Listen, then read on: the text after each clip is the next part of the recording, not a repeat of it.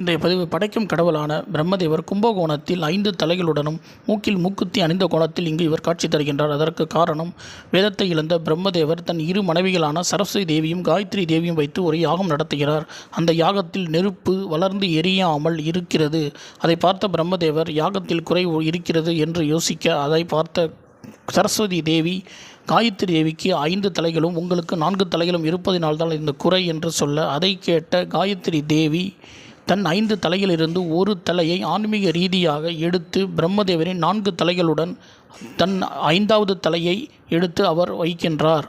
ஆண் தலையுடன் பெண் தலை சமமாக இருந்தாலும் காயத்ரி தேவி மூக்கில் அணிந்த மூக்குத்தி அதே இடத்தில் இருக்க, இன்றளவும் இவர் இத்தலத்தில் 5 தலைகளுடனும் மூக்கில் மூக்குத்தி அணிந்த கோலத்துடன் இங்கு இவர் காட்சி தருகின்றார். இன்றளவும் இவர் இத்தலத்தில் இதே கோலத்தில் காண முடியும். இந்த கோவிலை பற்றின முழு வீடியோ நம்ம சேனல் வரப்போகுது. நம்ம சேனல் லைக் பண்ணுங்கள், ஷேர் பண்ணுங்கள், சப்ஸ்கிரைப் பண்ணுங்கள்.